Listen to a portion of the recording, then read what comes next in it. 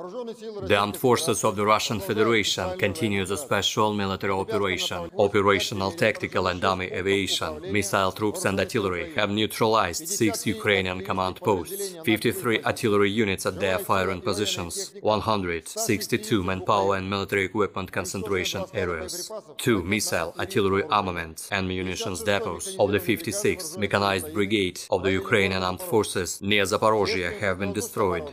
Air defense facilities have shut down 1 Mi-8 helicopter of Ukrainian Air Force near Dzержинsk in Donetsk People's Republic.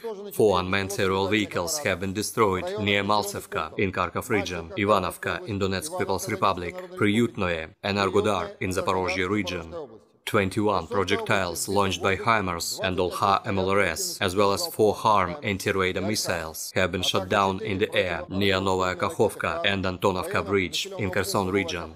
In total, 315 airplanes and 158 helicopters, 2,164 unmanned aerial vehicles, 379 air defense missile systems, 5,448 tanks and other armored combat vehicles, 862 combat vehicles equipped with MRLS, 3,453 field artillery cannons and motors, as well as 6,360 units of special military vehicles have been destroyed during the special military operation.